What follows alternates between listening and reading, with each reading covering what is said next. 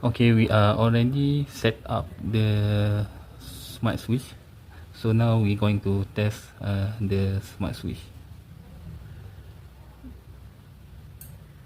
This is one side.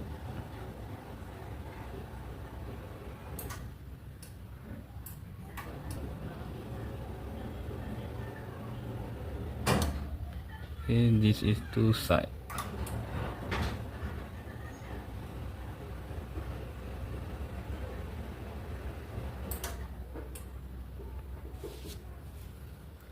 Okay, we also can use the all remote system.